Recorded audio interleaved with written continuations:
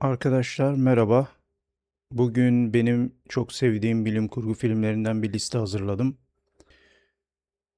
Kronolojik sırayla hazırladım bu listeyi. İlk filmimiz 1912 A Trip to the Moon. Bu film arkadaşlar gördüğünüz gibi çok fazla kamera hareketi olmayan plan plan çekilmiş bir film. Arkadaşlar sene 1902. Evet, sene 1902. Yani inanılmaz. 1902'de Ay'a gitmekle ilgili bir film.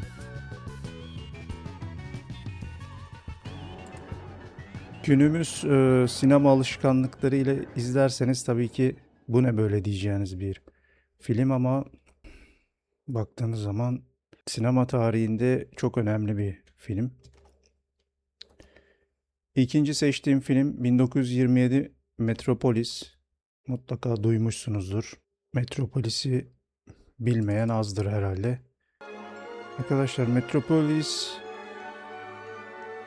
pek çok eleştiriyi de içerisinde barındıran, yani sermaye sınıf, sermaye işçi ilişkileri, yönetici yönetilen kavramı, işçi sınıfının toplumdaki yeri gibi konuları da içeriyor. Aynı zamanda insan yapımı bir makinenin nasıl insan gibi davranacağı, hatta nasıl insanları etkileyebileceği gibi çok enteresan konular da var içerisinde. Uzun bir film ama akıyor. Evet. Bir sonraki bir sonraki filmimize geçelim. Bir sonraki filmimiz arkadaşlar seçtiğim 1951 The Day the Earth Stood Still. Bu filmin daha sonra daha modern bir versiyonu, Keanu Reeves'in oynadığı bir versiyonu da çekildi ama tabii ki eee, orijinalini, yani ilk çekilen versiyonuna bakarsak yine enteresan bir film. Yani fikir fikir çok güzel. Yani niçin uzaylı dediğimiz şey illa bir yaratık gibi olsun ki? Yani belki binlerce yıl önce ya da yüz binlerce yıl önce belki de insanın bir türü. Spoiler'i vermek istemiyorum. Film uzun bir film değil, kısa ve çok güzel akıyor.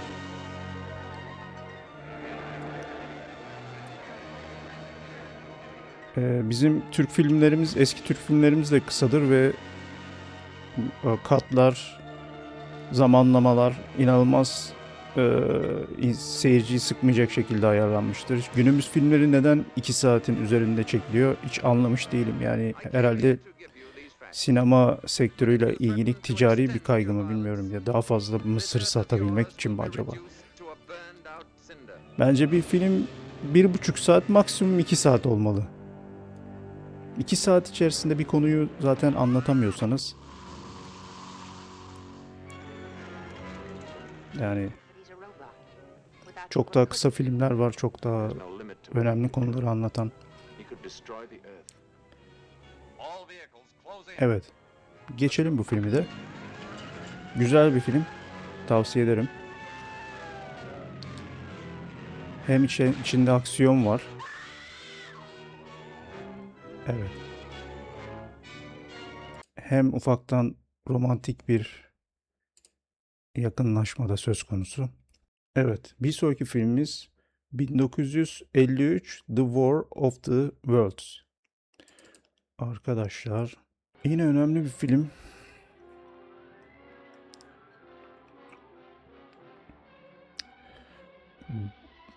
Burada tabii ki çok versiyonu var. Yani dünyanın istila edilmesiyle alakalı filmlerin belki de atasıdır. Atası olabilir.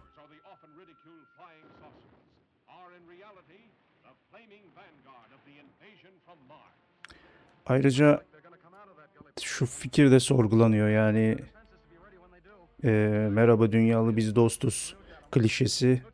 Yani dost olmayabilirler. Bunu da hesaba katmak lazım. O anlamda güzel bir film. Ayrıca dünya dışı bir türün istilası durumunda bütün dünya ne yapabilir gibi konular işleniyor. Evet, Bir Kilometre Taşı güzel bir film. Kadrajlar, çekim güzel bir film. Evet. Bir sonraki filme geçiyorum. Arkadaşlar bir sonraki filmimiz evet filmlerin bilim kurgu filmlerinin babası, atası, dedesi arkadaşlar. 2001 Uzay Macerası diye sanıyorum. Türkçe'ye çevrilmiş. 2001 A Space Odyssey. Evet. Bu film hakkında çok şey söylenebilir.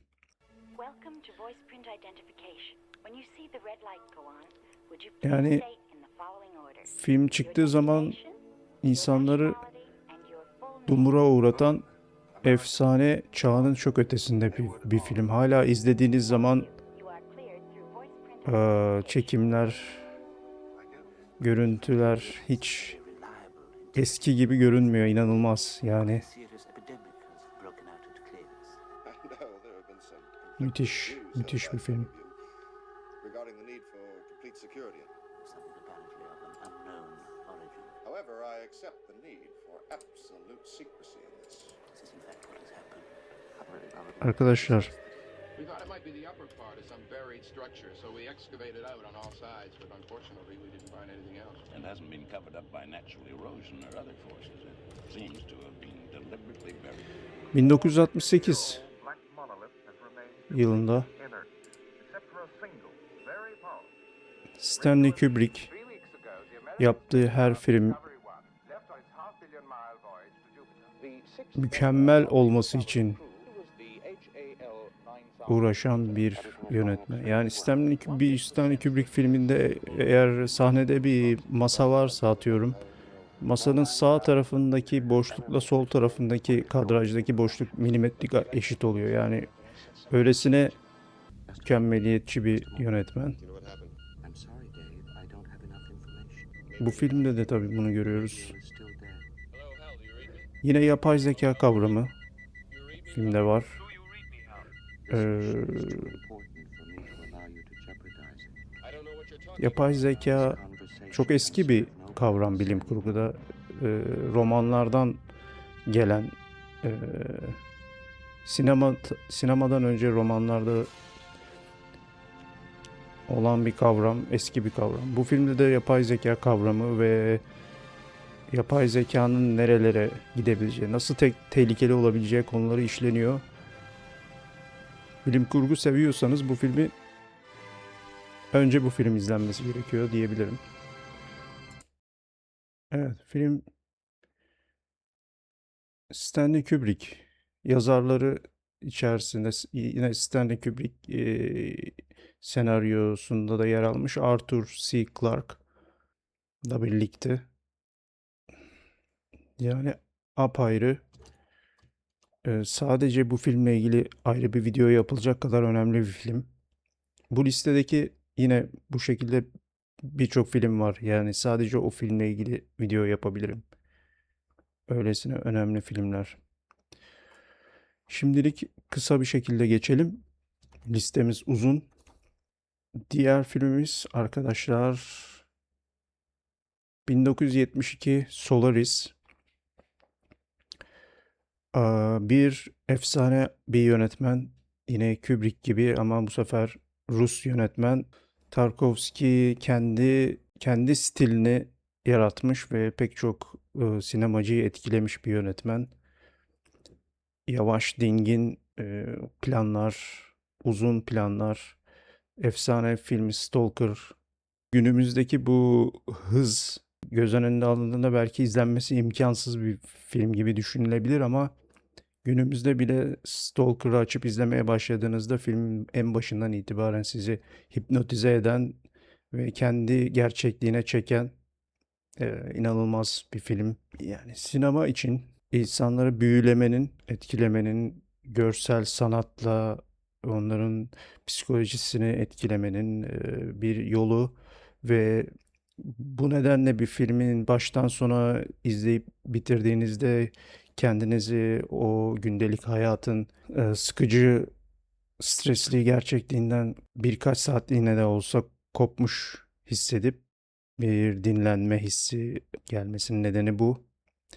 Bunu ancak tabii ki usta yönetmenler, usta sinemacılar başarabiliyor. Yani bir film izlediğiniz zaman akıcı olmadığını hissettiğinizde bu büyü bozuluyor açıkçası.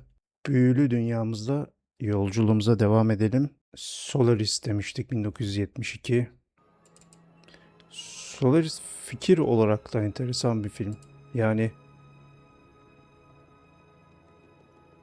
bir gezegenin insanların gerçekliğine etki etmesi gibi bir fikir. Çok enteresan. Bu da tabii hep Batı sineması konuşulur, bilim kurgu ama Ruslar da bilim kurgu anlamında güzel işler yapıyorlar. Birkaç tane de dizi ben izledim. Rus dizisi güzeldi yani. Biz de yapmalıyız bence. Cem Yılmaz Cem Yılmaz yaptı evet. Sadri Alışık'ın ama hep komedi. Yani biz bu işi bir ciddisini yapmaya herhalde henüz cesaret edemiyoruz.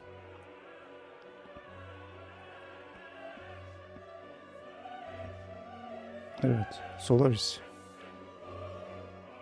Yine mutlaka izlenmesi gereken başyapıt arkadaşlar.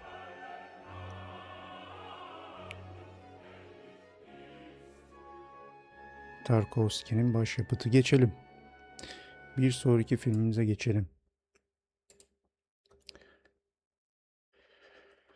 Bir sonraki filmimiz arkadaşlar Solaris'ten sonraki filmimiz 1977 Star Wars. Evet. Star Wars açık söylemem gerekirse hiç benim tarzım değil. Yani hiç benim seveceğim bir stilde bir film değil. Çok büyük film. George Lucas'ın yarattığı bu evren ama bana ve tabii ki pek çok insana çocuksu geliyor. Yani şu dünyayı kurtaran adamın orijinali diyebiliriz. Peluş uzaylı olur mu arkadaşlar? Peluş uzaylı yani animasyon otel animasyonundaki yani ne diyeyim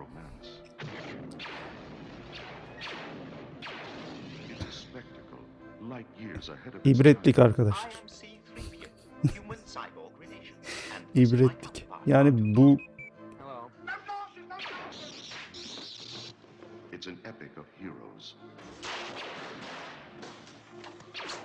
epical evet. Epical. Ibretical.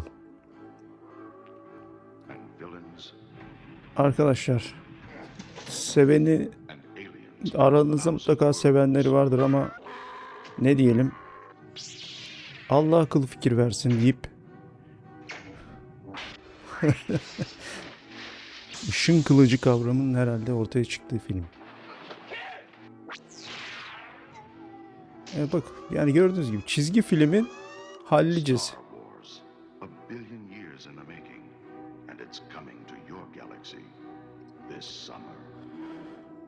Arkadaşlar her türe saygım var ama buna yok. Evet, bu filme saygım yok. Geçiyorum. Evet. 1977 bakıyorum 5 sene sonra arkadaşlar Star Wars'tan 5 sene sonra kim imdadına koşuyor sinema dünyasının? Evet, Blade Runner geliyor. 5 sene sonra. Blade Runner'la ilgili bir değil 5 video yapmak gerekebilir.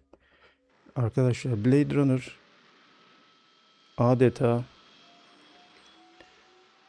başyapıtların başyapıtı. Bilim kurgu filmlerinin atası, dedesi, DNA'sı. Cyberpunk akımının, dünyasının ortaya çıktığı, arkadaşlar Blade Runner bir adeta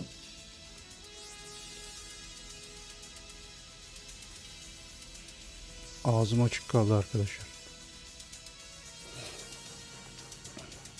Güzeller güzeli Sean Young, Harrison Ford, müzikler Vangelis, yönetmen Ridley Scott.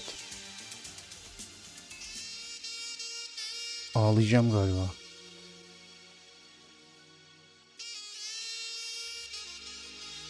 İnanılmaz. Yani Blade Runner'la aynı yıl ortaya çıkmış. The Encom 511 computer. Center of the most Blade Runner'la aynı yıl yapılmış bir film. Tron. Tron arkadaşlar aslında bir eski dönem arcade, yani Atari salonları denirdi eskiden, arcade böyle Atari oyunlarının olduğu salonlar olurdu. Bu arcade salonlarındaki popüler oyunlardan bir tanesi arkadaşlar. Tron.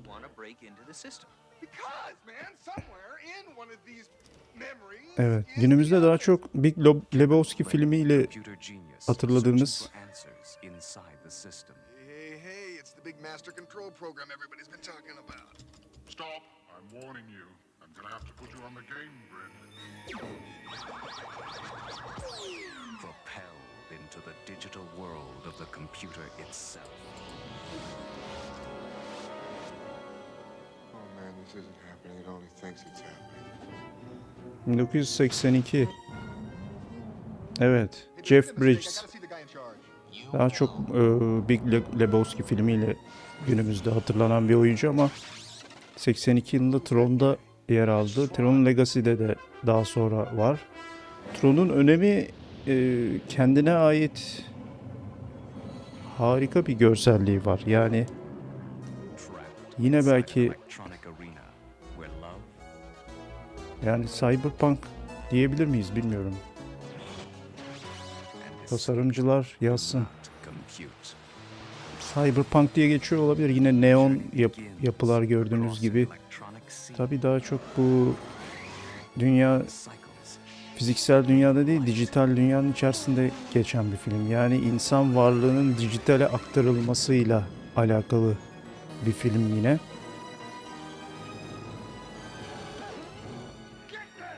Çok önemli.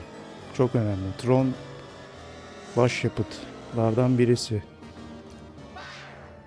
Evet, yönetmeni Steven Lisberger. Steven Lisberger. Evet. Tron. Bir başka efsaneyi de geçiyoruz. Bir başka efsaneyi geçtik arkadaşlar. Şimdi evet. 2 sene sonra 1984 The Terminator. Oh my god.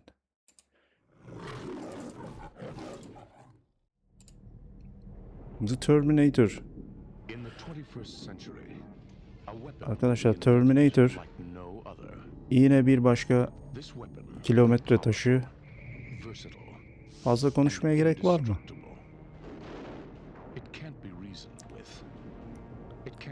Arnold Schwarzenegger.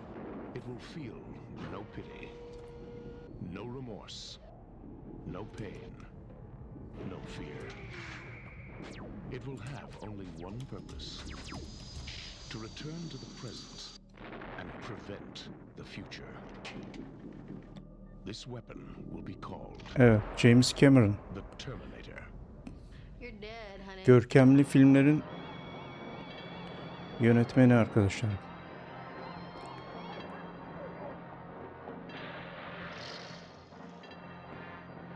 Muhteşem bir film.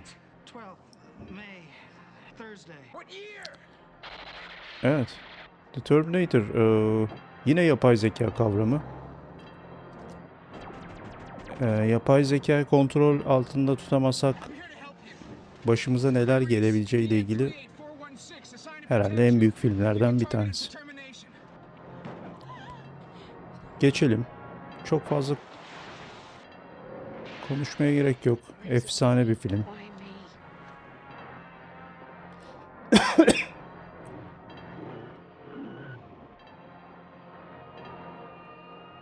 Arnold Schwarzenegger is Diğer filmimize geçiyorum. Listemdeki benim sevdiğim, kendi listemdeki canım listem benim. Kendi sevdiğim cici listem. Evet. 1980'lerde Terminator, 1985 Back to the Future. Evet, yine hani diyeceksiniz ki hani komikli, mizahlı, kartonsu çizgi filmsi şeyleri sevmiyordun da Back to the Future'ı niye seviyorsun? Arkadaşlar, doğru, haklısınız yani. Ama bu film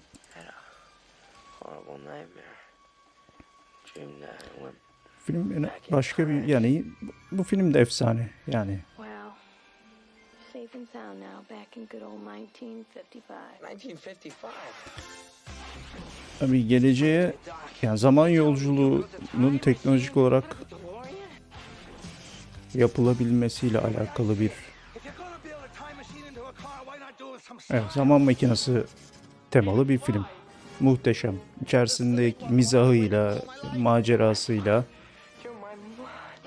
muhteşem oyunculuklar. Aslında listeye Ghostbusters'ı koymalı mıydım dedim şimdi bunu izleyince. Sonuçta onda da hayalet yakalama teknolojisi var arkadaşlar. Belki o da olabilirdi ama neyse. O zaman da Star Wars neden yok sorusu sorulabilir. Evet, geçiyorum. Bir sonraki film 1985'ten 2 yıl, sadece 2 yıl sonra RoboCop. Yani defalarca izlediğim bir film. Kısa bir film. Ama bir başka kilometre taşı bence. Yani insan robot cyber kavramının işlendiği bir film. RoboCop için bir robot olduğu söylenemez tabii ki. RoboCop 2'de o konu daha çok geçiyor. Yani sen insan mısın, robot musun konusu. İnanılmaz bir film. Yani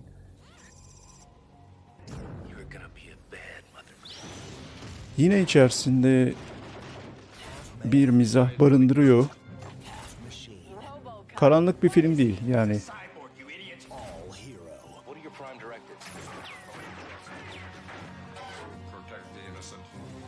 İşte The Terminator karanlık bir film. Bu öyle değil.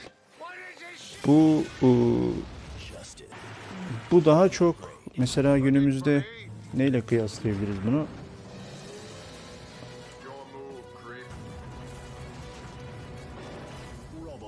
Thank you for your cooperation. Good night.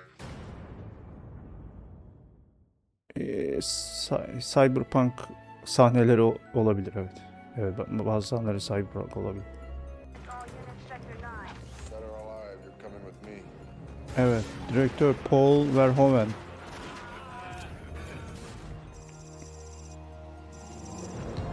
Peter Weller, Nancy Allen. Oyuncular arkadaşlar, RoboCop inanılmaz bir film. IMDb puanı 7.6. Bir klasik, evet. Bir klasik, RoboCop bir klasik gerçekten. Özellikle müziği beni çok etkiler. Robocop'un çok epik bir müziği var. Robocop 1'in.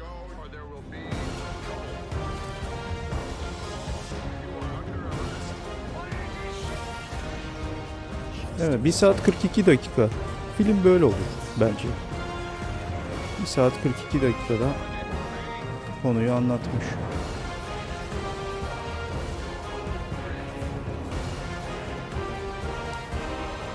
Müthiş. Müthiş.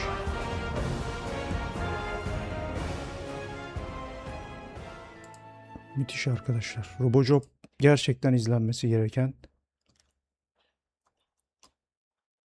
fantastik bir yapım. Evet, geçiyoruz. Geçiyoruz. Hangi filme geçiyoruz? Evet. Bir manyak film daha. Robocop'tan 3 sene sonra 1990 Total Recall. Arnold Schwarzenegger, bir başka Arnold Schwarzenegger filmi. Bir başka Armut Çuvalda Ne Gezer filmi arkadaşlar. Bir başka Armut Çuvalda Ne Gezer filmi. You're gonna love this, Doug. But how real does it seem? As real as any memory. Çok enteresan bir fikire dayanıyor film. Yani anılarımız gerçek olmayabilir mi? Neyse, fazla da spoiler vermeyelim. Belki izlemek istersiniz. Arkadaşlar, pek çok bilim kurgu filmi eski romanlara dayanıyor. Bu film de aynı şekilde efsane bir Look who's talking. It's not quite. An hour we could have total recall. I want Quaid delivered for reimplantation. Ready for a surprise. evet, Philip K. Dick. Philip K. Dick'in bir hikayesine dayanan bir senaryosu oradan türetilmiş bir film. Pek çok bilim kurgu filmi birkaç baba yazarın yüzü suyu hürmetine çekilmişler. Arkadaşlar. Evet, geçelim. Total Recall yine izlenmesi gibi. Hemen bir sene sonra yine Arnold Schwarzenegger. Arnold Schwarzenegger tabii bilim kurgu filmlerinin emekçisi diyelim kendisi. Sadece Total Recall'dan bir sene sonra 1991'de Terminator 2 geliyor arkadaşlar. Terminator 2. Yine saygı duruşuna geçmemiz gereken bir film.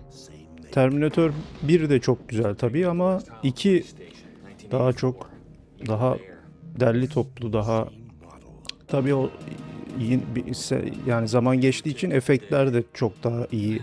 Görsel efektleri de çok daha iyi.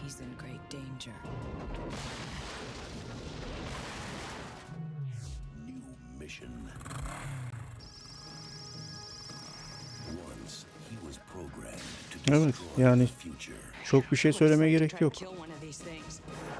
Oturup defalarca izlenmesi gereken bir film. Evet, sıvı metal.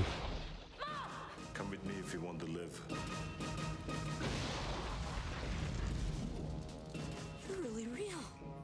Burada tabii Terminator ilk filmdeki Terminator ve aynı Terminator değil. Arkadaşlar, her gördüğünüz metal adam aynı Terminator değildir.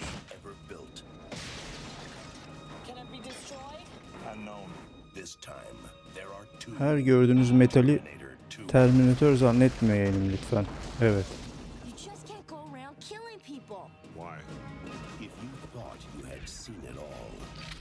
Her gördüğünüz civa sıvı değildir. Evet.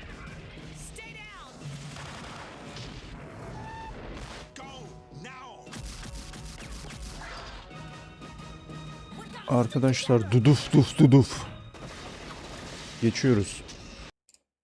Terminator 2'yi geçiyoruz. 6 yıl sonra The Fifth Element. Bruce Willis. Yine karanlık olmayan, mizahi yönleri olan bir film. Yani Blade Runner'dan çok fazla içerisinde esintiler, esinlenmeler olan, özellikle şehir sahneleri de bunu fark edebilirsiniz. Ama tabii bambaşka bir film, yani konu da başka. Dünya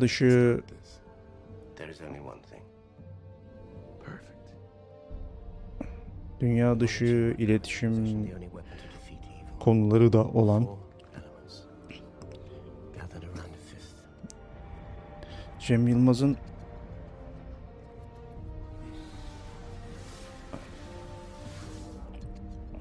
Yılmaz'ın Goras'ında gönderme yaptığı film.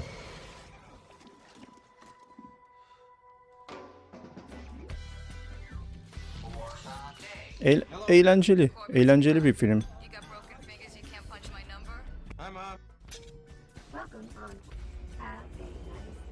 Evet. Major Dallas, selected for a mission of the utmost importance. What mission? Save the world. Is that thing solid? Unbreakable. Good. Word of the stone. I don't know. And even if I did know, I wouldn't tell somebody like you. Nowhere else to go.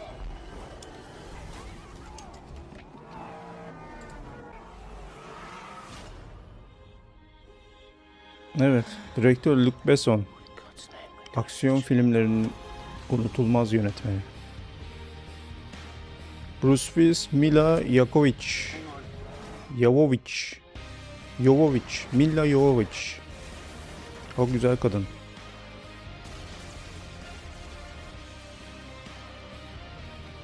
Evet. 7.6 IMDb puanı tabii. İkonik. Klasik. İzlenmesi lazım.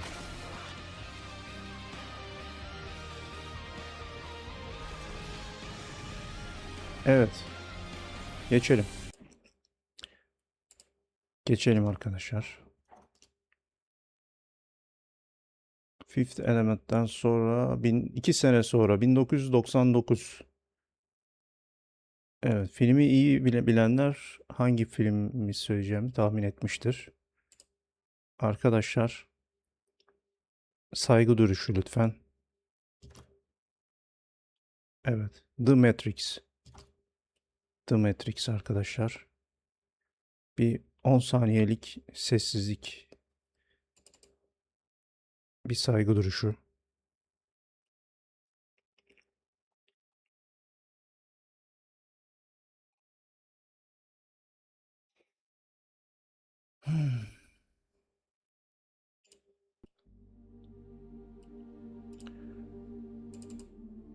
Arkadaşlar, Matrix, yani gözlerim doluyor. İnanılmaz bir film. Yani Matrix ilk çıktığında şoka girmiştik, öyle söyleyebilirim.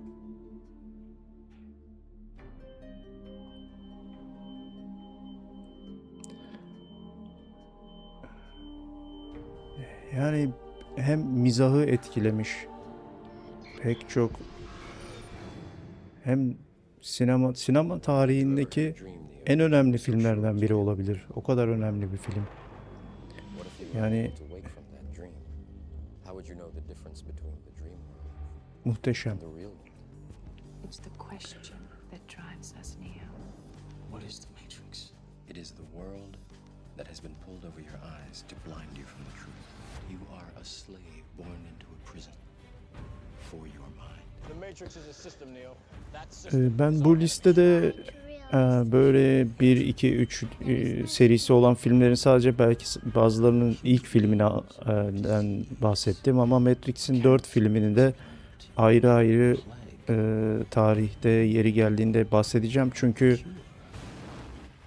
çok önemli, çok sevdiğim bir film. Tabii filmin ana teması yine yapay zeka. Yine yapay zekanın başımıza açabileceği çok yani bu kadar yıllar öncesinden bu işin ana sıkıntısını diyeyim görmeleri inanılmaz, enerji problemi. Şu anda da oraya doğru gittiğimizi hepimiz görüyoruz. Yani yapay zeka hem hardware'i sömürüyor hem enerjiyi sömürüyor. Biliyorsunuz yapay zekalar geliştiğinde insanlar grafik kartı bulmakta zorlandılar yani. Yani şu anda grafik kartı üreticileri Nvidia ve diğer firmalar yapay zekaya parça üretebilmek için kapasitelerinin çok büyük bölümünü buna harcıyorlar. Dolayısıyla yani 1999'da bunun öngörülmüş olması inanılmaz. Yani yapay zekanın en büyük ihtiyacı enerji ve bu ihtiyacını karşılayamazsa dünyayı ne hale getirdiği ile alakalı inanılmaz bir film. Evet, devam edelim. Matrix'ten sanırım 2 sene sonra bakıyorum. AI, Artificial Intelligence. Bu da büyük bir film. Arkadaşlar. When's your birthday? I never had a birthday. Film hakkında ne söyleyebiliriz? Bakalım. His name is David. Feel it. That's creepy. Whoa. Feels so real.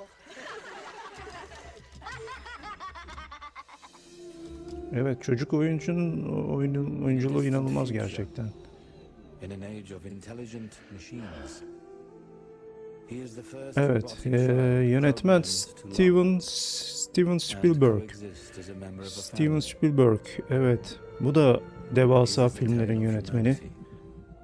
And a journey to find his place among humans. IMDb puanı 7.2. I'm a boy.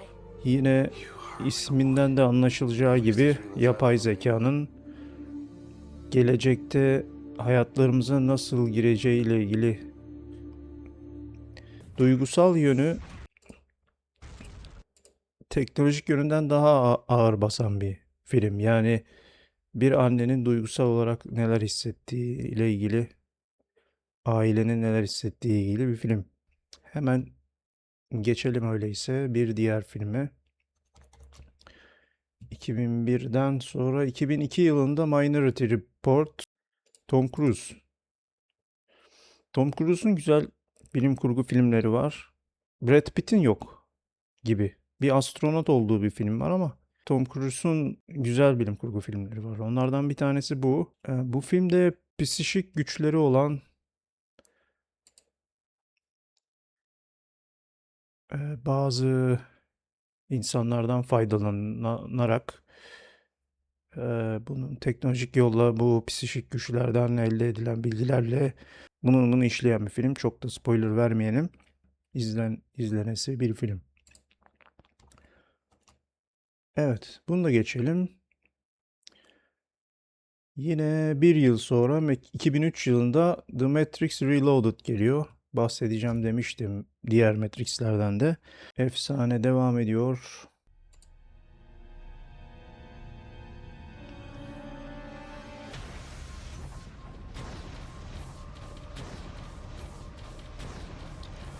Evet, serinin ikinci ve üçüncü filmiyle birlikte artık Matrix evreninde Agent Smith'in rolü, onunla olan savaş, Matrix evrenini ayakta tutan güçlerin ne olduğu ve sonunda da evet, bunlar işleniyor.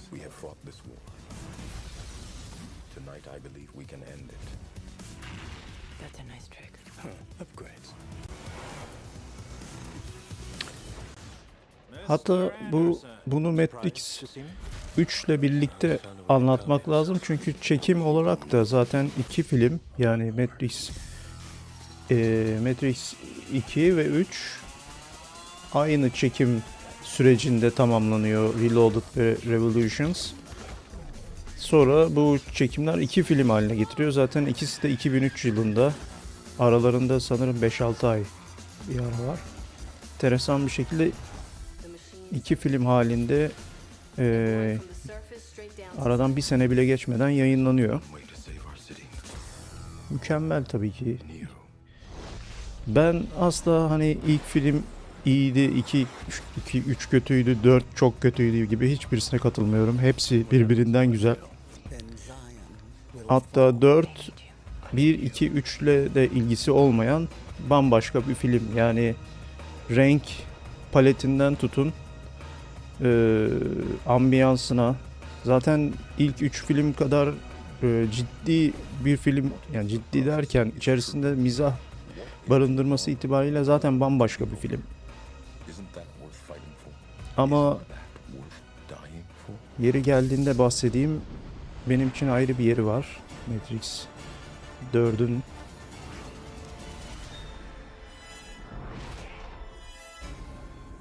evet. Hemen arkasından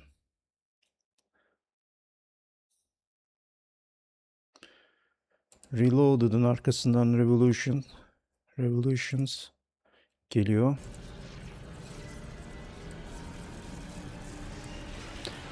Burada artık tabii yapay zeka da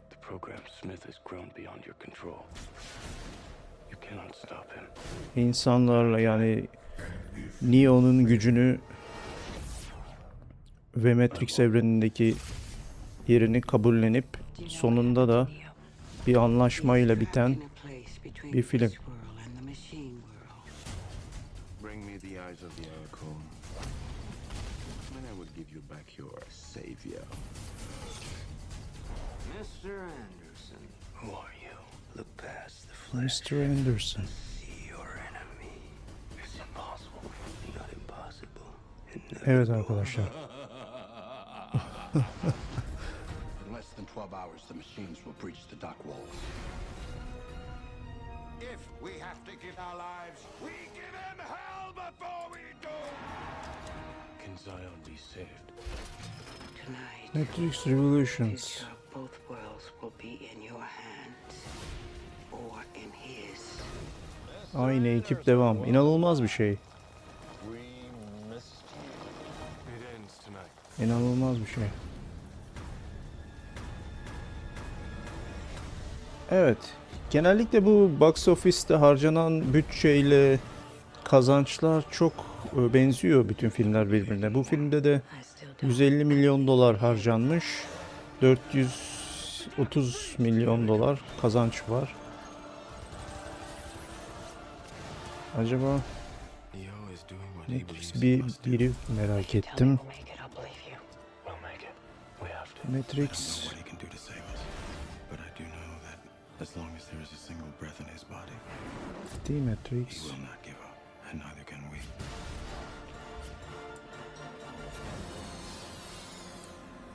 Evet, Matrix, The Matrix 1 yani 63 milyon harcanmış. 460 milyon kazandırmış dünya çapında. Yani evet, ilk filmde daha az harcanmış. Ondan sonra tabii ilk film tuttuktan sonra kesenin ağzı açılmış gibi gözüküyor ama kazanç olarak benziyor birbirlerine filmler. Evet, The Matrix Revolution'dan sonra geçelim arkadaşlar. Evet, 2003'te The Matrix Revolutions, 2009'da yine bizleri şaşırtan, bizleri gerçekten çok şaşırtan bir film daha. Niye şaşırttı? Çünkü o güne kadar o kadar gerçekçi 3D sahneler görmemiştik. Yani neredeyse gerçekten ayırt edilemeyecek kadar detaylı ve iyi, güzeldi, iyiydiler. Evet, Avatar'dan bahsediyorum. 2009 yine bir James Cameron filmi. 7.9 IMDb puanı. Çok önemli filmlerden biri.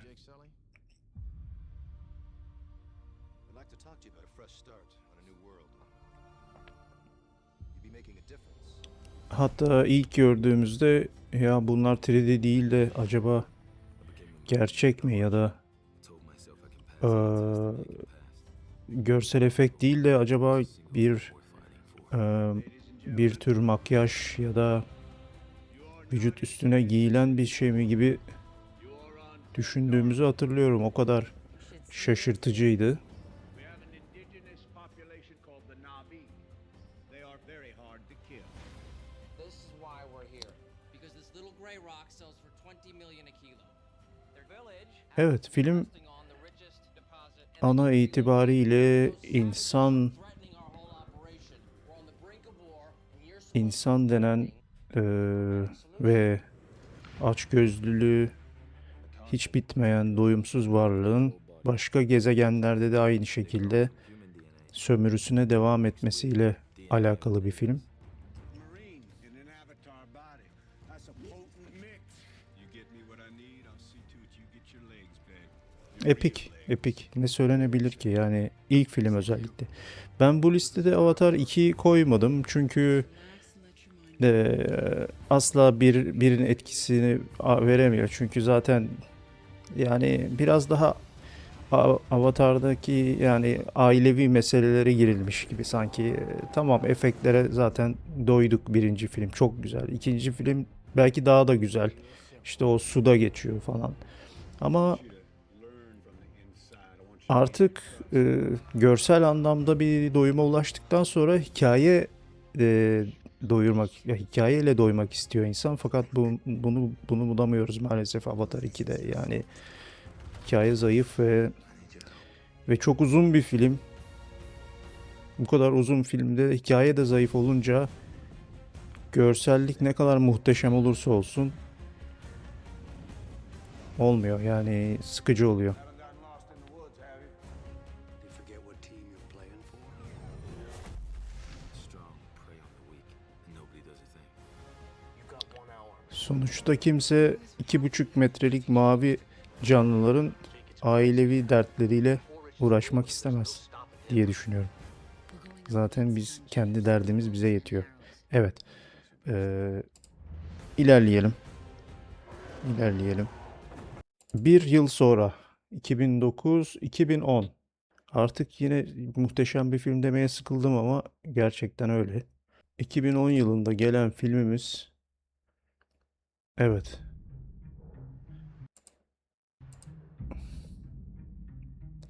Rüya içinde rüya içinde rüya. Filmi bilenler hemen şu an haykırdı diye düşünüyorum. Evet. Inception. Evet. İç içe loop kavramlarına takıntılı bir yönetmen. Batman'lerinin hastasıyım. Christopher Nolan. Bu filmin tabii müzikleri de efsane, inanılmaz yani. Sanırım We bring the subject into that dream. Hans abimiz. Their secrets. Then you break in and steal it. Well, it's not strictly speaking legal. It's called Inception. Evet, Leonardo DiCaprio, Joseph Gordon-Levitt, Elliot Page. Christopher Nolan yönetmiş, Christopher Nolan yazmış. And this last job, that's how I get there. IMDb 8.8. Dreams feel real while we're in them. It's only when we wake up that we realize something was actually strange. This was your responsibility. We're not prepared for this.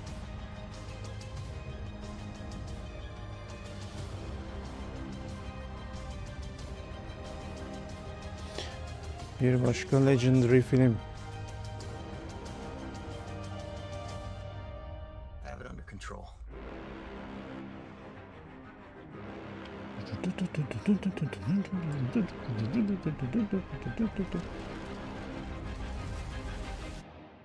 I'd hate to see out of control. Epik.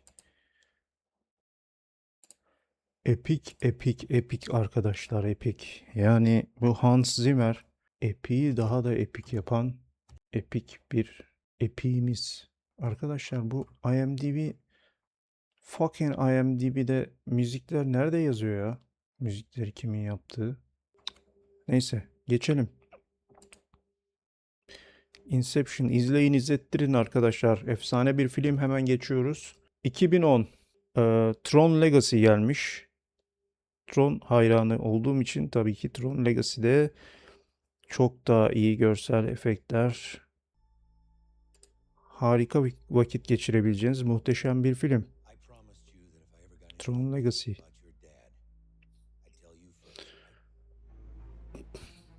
Babası ortadan kayboluyor arkadaşımızın ve onu ararken geçirdiği macera.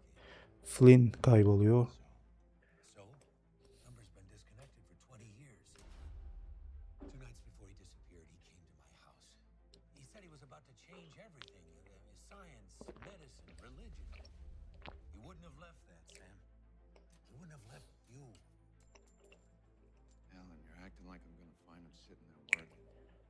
Atari salonunda jeton atarak oyun oynamış mısınızdır acaba? Tabii ki hayır. Atari salonu mu kaldı? AQ dediğinizi duyar gibiyim.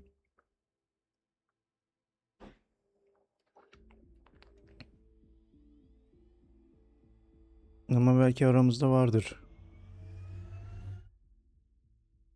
Y kuşağı, X kuşağı.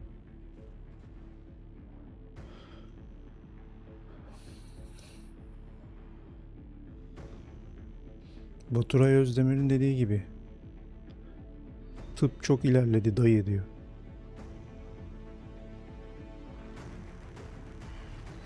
Evet. Epik. Epik. Yani şu tasarım dili. Neonlu. Tasarım dili epik arkadaşlar. Evet, Reis çıktı. Tron. Bu filmin özelliği, bütün müziklerini Daft Punk yaptı. Muhteşem. Muhteşem, evet. Geçelim bir sonraki filme. Bir sonraki filmimiz, evet, 2012 Prometheus. İnsanın kökeni nereye dayanıyor? Bunu sorgulayan bir film. İyi film arkadaşlar.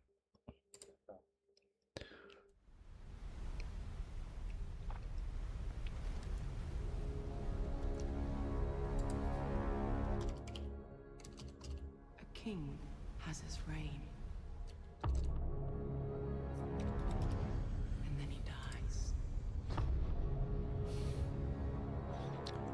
IMDb puanı 7. Yine Ridley Scott filmi. These are ancient civilizations that were separated by centuries, and yet this same pictogram was discovered in every one of them. You're smiling. I think they want us to come and find them. We're all here because of a map you two kids found in a cave. Not a map. An invitation. From whom? 130 milyon harcanmış. Yine 400 milyon kazandırmış film. 2 saat 4 dakika. Evet, çok uzun bir film değil. Filmler böyle olmalı. Maksimum 2 saat iyidir.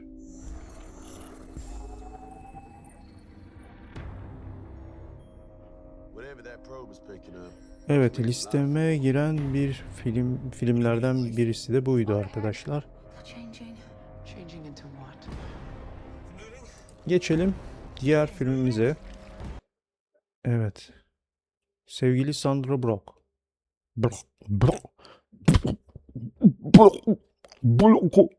Sandra Bullock. Sandra'nın soyadını söylerken bir spazm geçirdim arkadaşlar. Özür dilerim. Evet. Gravity. Bu film yani özellikle bir teknolojik gelişimi veyahut da geleceği değil de astronotların uzay ortamında yaşayabileceği sıkıntılarla alakalı bir film. Aslında bakarsanız yani kavramsal olarak bilim kurgu denebilir mi bu filme sizce? Çünkü herhangi bir bilim kurguluk tarafı yok aslında. Belgesel gibi bir şey. Niye koydum la ben bunu listeye? Adamların uzayda geçirdiği bir iş kazasını anlatıyor. Evet yani bu nesi bilim kurgu bunun? Bir teknolojik ilerlemeyi anlatmıyor. Kurgusal bir tarafı yok. Ben geçiyorum arkadaşlar bu filmi. Bu filmi şu anda düşündüm de bu film bilim kurgu değil. İş kazası filmi arkadaşlar bu. Gerilim filmi. Geçiyorum yani. Bu film bilim kurgu değil. Arkadaşlar aynı yıl 2013. Bu da bilim kurgu değilse o zaman ben bu işi bırakıyorum. Eğer bu da bilim kurgu değil diye bir kanıya varırsam arkadaşlar yayıncılığı bırakıyorum. Başlamadan bırakıyorum. Evet. Yayınlandığı tarih itibariyle çok daha yeni gibi gözüken muhteşem bir bilim kurgu filmi. Bu da mı bilim kurgu değil? Ulen diyoruz. Oblivion. Tom Cruise. Bu film arkadaşlar özellikle ses efektleri inanılmaz. Şu dronların sesleri. Zaten ses tasarımı dalında sanırım Oscar aldı diye hatırlıyorum.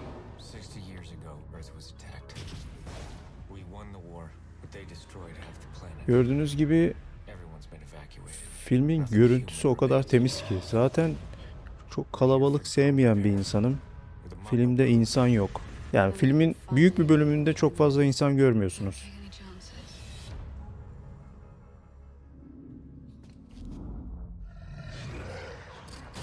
Sürprizli bir film. Onu söyleyebilirim. Spoiler vermeyelim.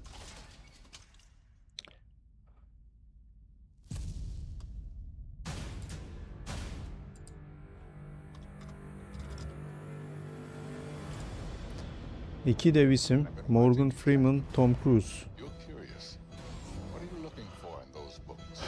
Ablamız da Andrea Riseborough. Ya acaba hangi ablamız?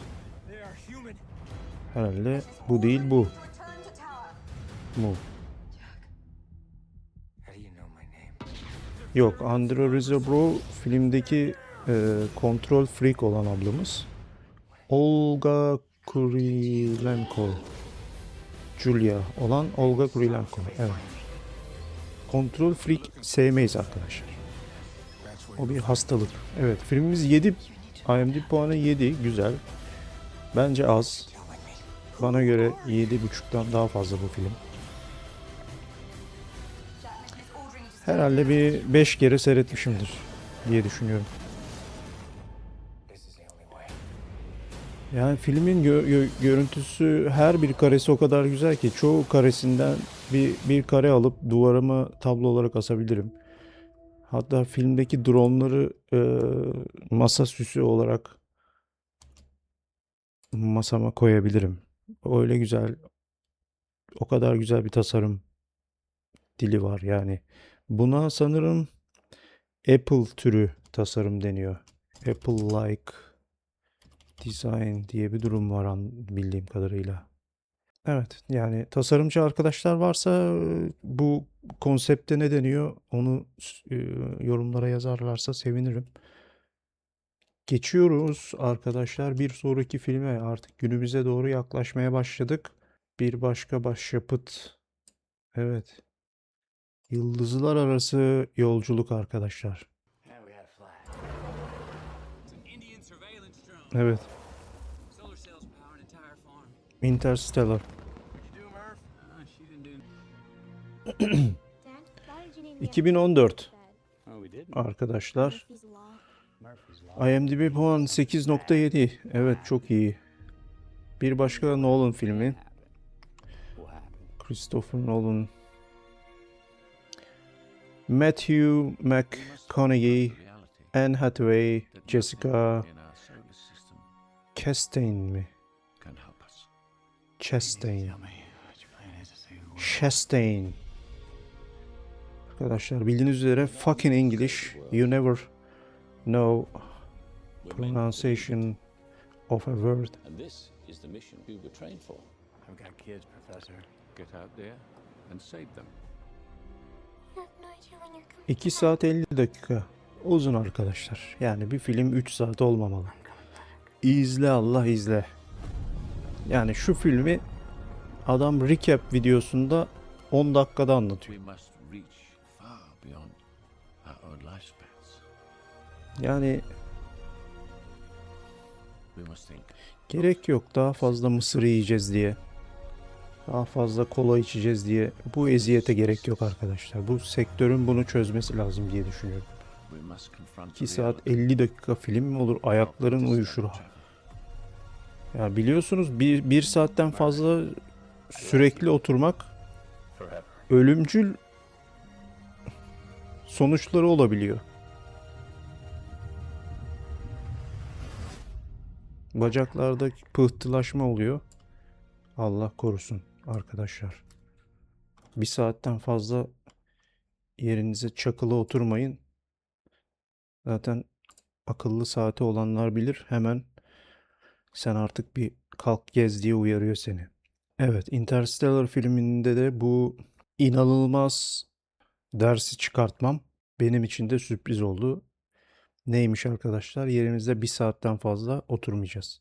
Değinmeden geçemeyeceğimiz muhteşem bir film. Evet. Bir sonraki film yine 2014 yılı. Arkadaşlar bir robota aşık olabilir miydiniz?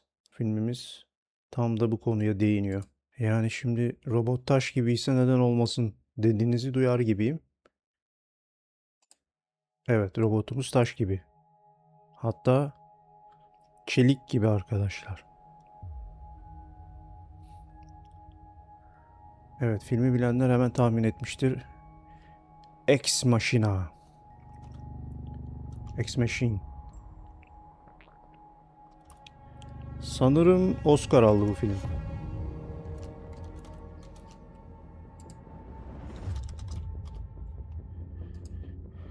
Over the next few days, you're going to be the human component. 7.7 çok iyi. One day the AIs are gonna look back on us the same way we look at fossils.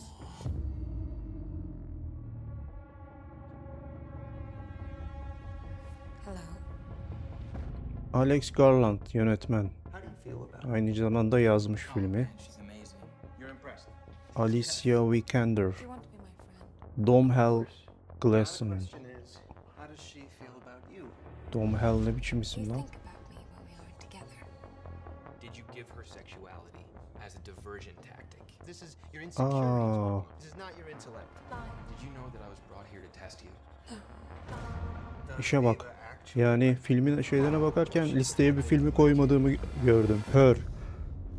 Her çok güzel film ya. Niye listeye unuttum galiba. Şimdi birazdan listeye ekleyelim bunu. Do you want to be with me? Can we talk about the lies you've been spinning me? What lies? You have to help me. Evet, film çok düşük bütçeli bir film. 15 milyon dolarla yapılmış. Tabii biz buna düşük bütçeli diyoruz. Bizim en yüksek bütçeli filmlerimiz bile 4 milyon 5 milyon dolar oluyor ama 15 milyon harcanmış, 37 milyon kazandırmış.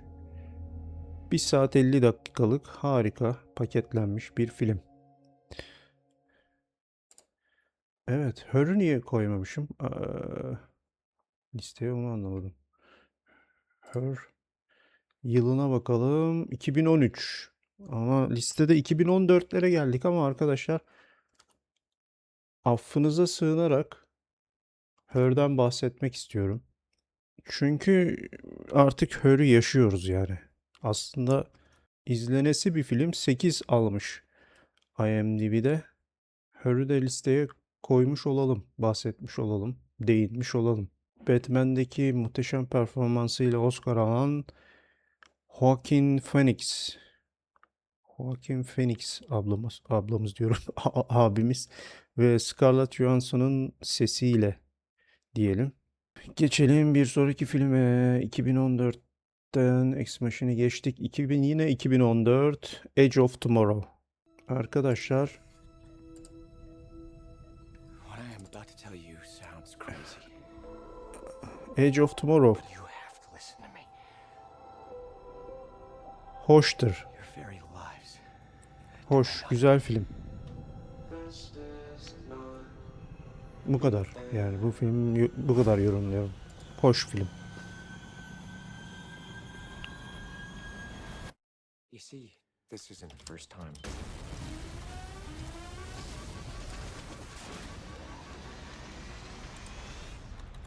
That we've had this conversation. What date? Filmin en hoş tarafı Emily Blunt dermiş. Evet. Direktörümüz Doug Liman. The invasion will fail along with every soldier. Starlarımız Tom Cruise, Emily Blunt. Everything.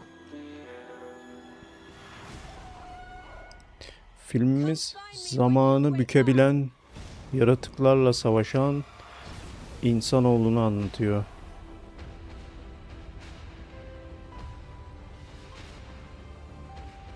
Siz zamanı büküyorsanız biz de sizi bükeriz diyerek 7.9 arkadaşlar IMDb puanı. Bakalım.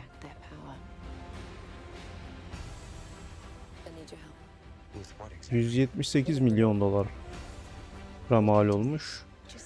381 kazandırmış. Zenginin parası fakirin çenesini yoruyor arkadaşlar. 1 saat 53 dakika gayet iyi. Bizi yormamışlar.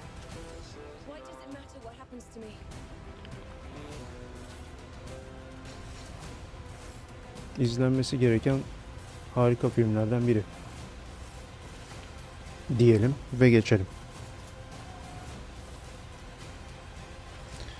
Diyoruz ve geçiyoruz arkadaşlar. Bir sonraki filmimizin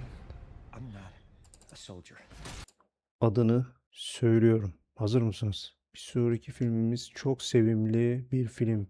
Çok sevimli bir maymundan hareket eden, bir o kadar sevimli başka bir maymun türü olan başka bir primat tarafından hayata geçmiş bir dişi primat kendisi.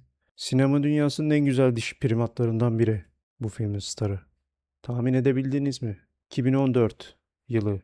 Evet, o film arkadaşlar. O film. Bir primattan diğerine. Lucy.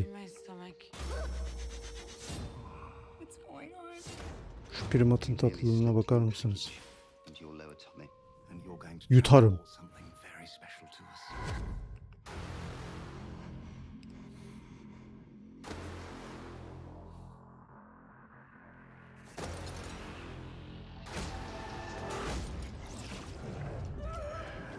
Evet, filmimiz beyninizin kaçta kaçını kullanıyorsunuz?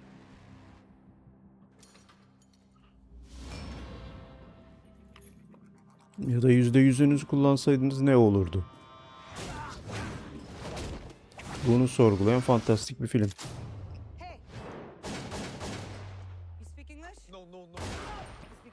Evet, gördüğünüz gibi sıka sıka gidiyor. Karakterimiz beyninin %100'ünü kullandıkça sıka sıka gitmeye başlıyor. Filmimiz bu.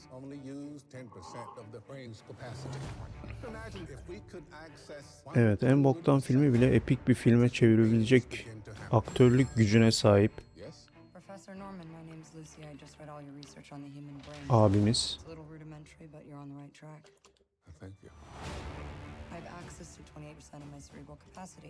Evet. Bilim kurgu dendiğinde yine fantastik filmlerden biri arkadaşlar. İzleyin, izlettirin. Hatta bir daha izleyin. Evet, Lucy. Bu arada Lucy ismi gerçekten o ilk insansı primat sanırım. Dişi primat olan primatın bilimsel ismi Lucy arkadaşlar. Biz boş konuşmuyoruz burada. Bir şey söylüyorsam mutlaka bir dayanağı oluyor arkadaşlar. Hemen geçiyorum. 2015 The Martian. Doğru mu telaffuz ediyorum? Marslı.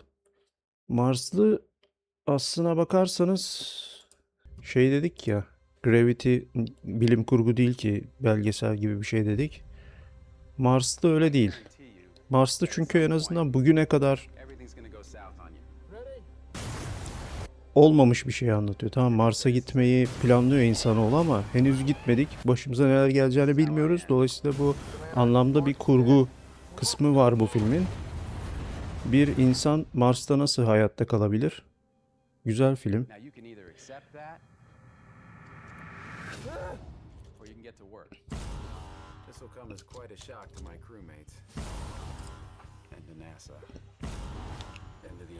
Evet, Matt Damon, Jessica Chastain. Yine mi Chastain lan? Another Ridley Scott filmi. Evet, Ridley Scott bilim kurguda iyi çalışmış arkadaşlar. Bilim kurgu emekçisi bir yönetmen. But if I can't figure out a way to make contact with NASA, then none of this matters anyway. We've got an incoming message. My God. 8 IMDb puanı gayet iyi puanı var. In your face, Neil Armstrong. Evet, 108 milyon dolar harcayıp 630 milyon kazandırmış. Bu gördüğünüz gibi harcananla kazanılan paraya baktığınızda iyi kazandırmış bir film olarak gözüküyor.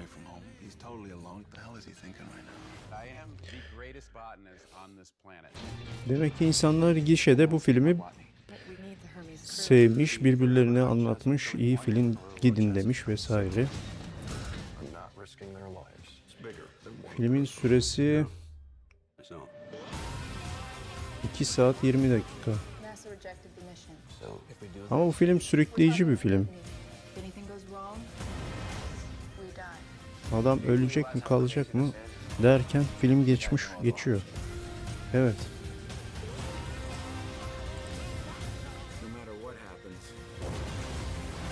Evet.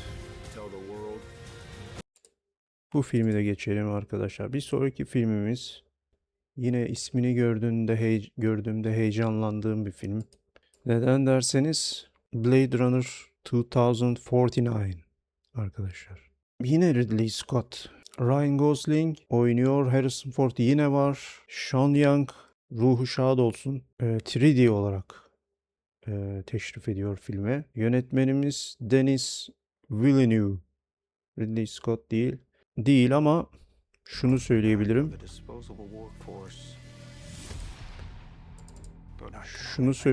Film Blade Runner ruhundan zerrece geri kalmıyor. Yani Blade Runner'ın o ruhu filmde korunmuş. Executive Producer olarak yer almış Ridley Scott. Yani artık siz çekin, ben uğraşamam demiş. Yani.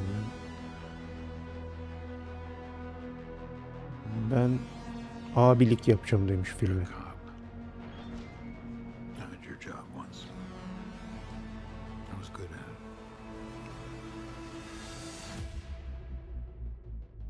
Bu da defalarca seyrettiğim filmlerden bir tanesi. Blade Runner'ın 1 ile birlikte bu da.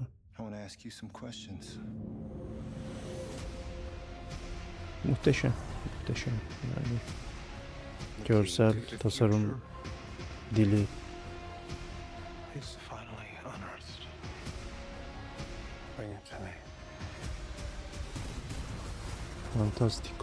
Fantastik arkadaşlar, fantastik.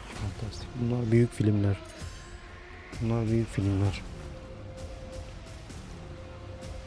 IMDb puanı 8.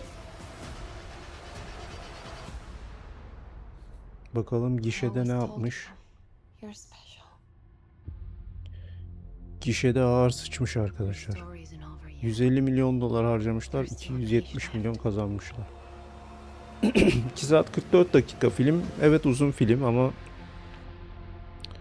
ustalıkla çekildiği için izlenebiliyor. Geçelim. Geçelim bir sonraki filmimize. Evet, 2017'den 2020'ye geliyoruz. Bir Başka Nolan filmi. Tenet. Tenet arkadaşlar. Yani ne kadar hayırlı olabilir ki? Yani nasıl tınlıyor size? Tenet, teneke. Bir tırtlık var değil mi? İsimde bir tırtlık var. Yani. Dolayısıyla arkadaşlar bu tırtlık filme de yansıyor.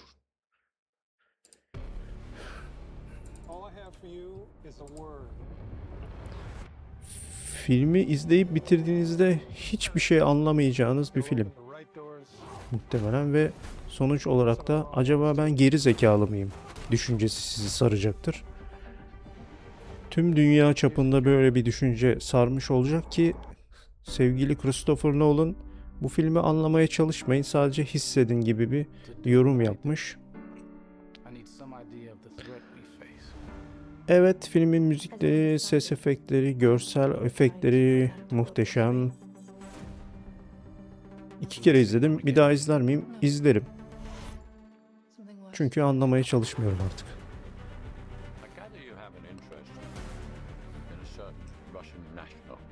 Evet.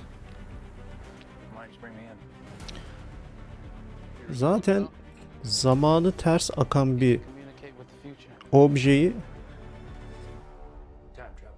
bizler anlayamayız herhalde diye düşünüyorum.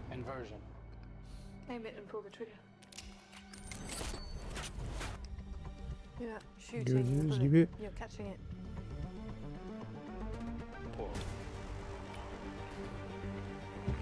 evet, Tenet. Bu da böyle bir film işte. Christopher Nolan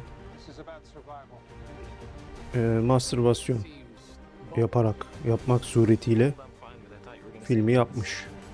Bir nevi görsel mastürbasyon arkadaşlar. Öyleyse geçelim. Evet, bir diğer filmimiz Dune. Dune büyük film arkadaşlar.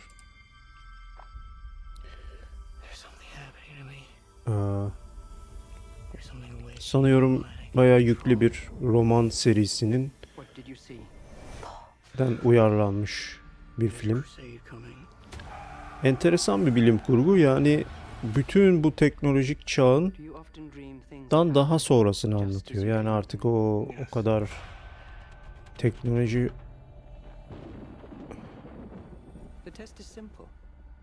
o kadar gelişmiş, ondan sonra savaşlar yaşanmış vesaire ve sonucunda çok daha sonrasını anlatan bir film yani.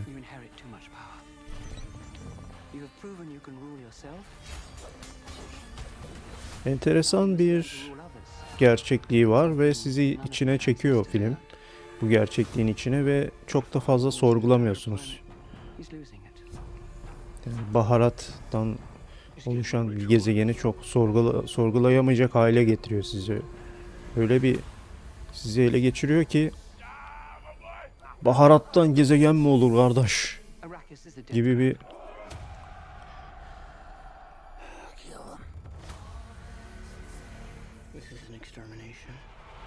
işte bu bir hipnoz budur arkadaşlar. Adamlar sizi ustalıkla öyle bir hipnoz ediyor ki filmin gerçekliğini sorgulayamaz hale geliyorsunuz. Evet, gördüğünüz gibi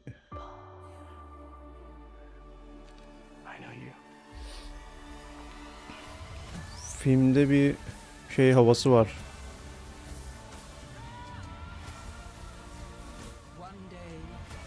Doğu esintileri var filmin tasarımında.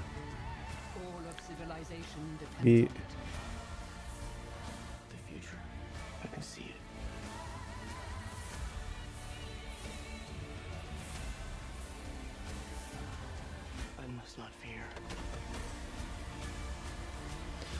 evet, listeye Mad Max'leri koymadım.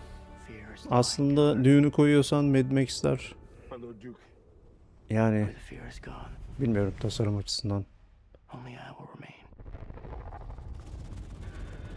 Dune izlenmesi gereken bir film diyorum ve geçiyorum arkadaşlar. Dune Part 2 var. O da birlikte, o da güzel film. Geçelim arkadaşlar. Bir sonraki filmimiz 2021 The Matrix Resurrections. Resurrections. Resurrections. Resurrections. Resurrections. Resurrections.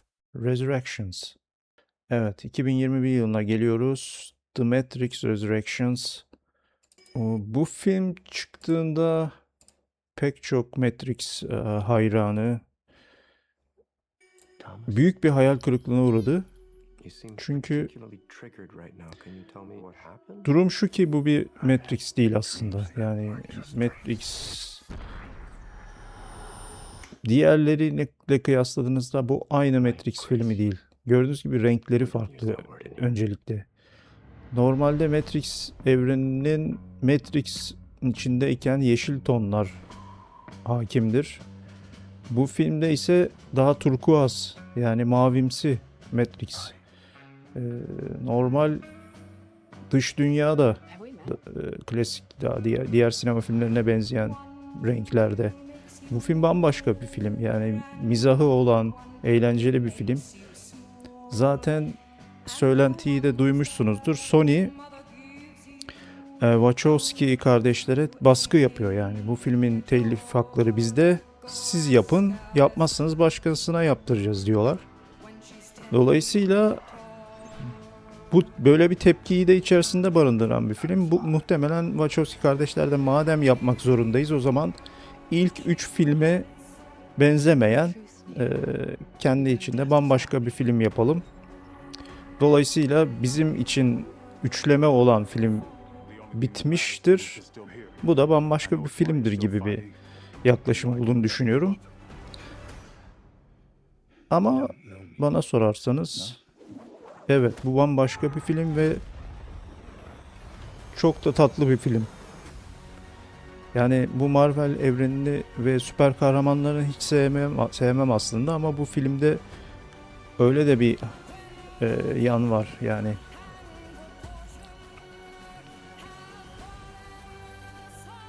Müzikleri çok güzel. Ses efektleri harika. Bilmiyorum ben bir şekilde çok seviyorum bu filmi. Yine 4-5 kere izlemişimdir. Daha da izlerim.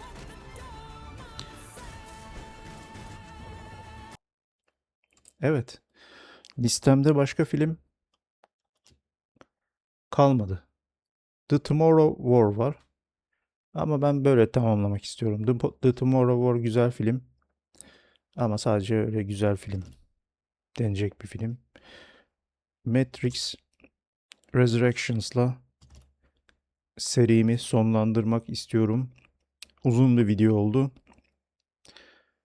Lütfen bana önerileriniz varsa gönderin. Bu ilk videom. Kanalımın ilk videosu. Teknolojiyle, bilimle ilgili beni heyecanlandıran konuları burada sizlerle paylaşacağım.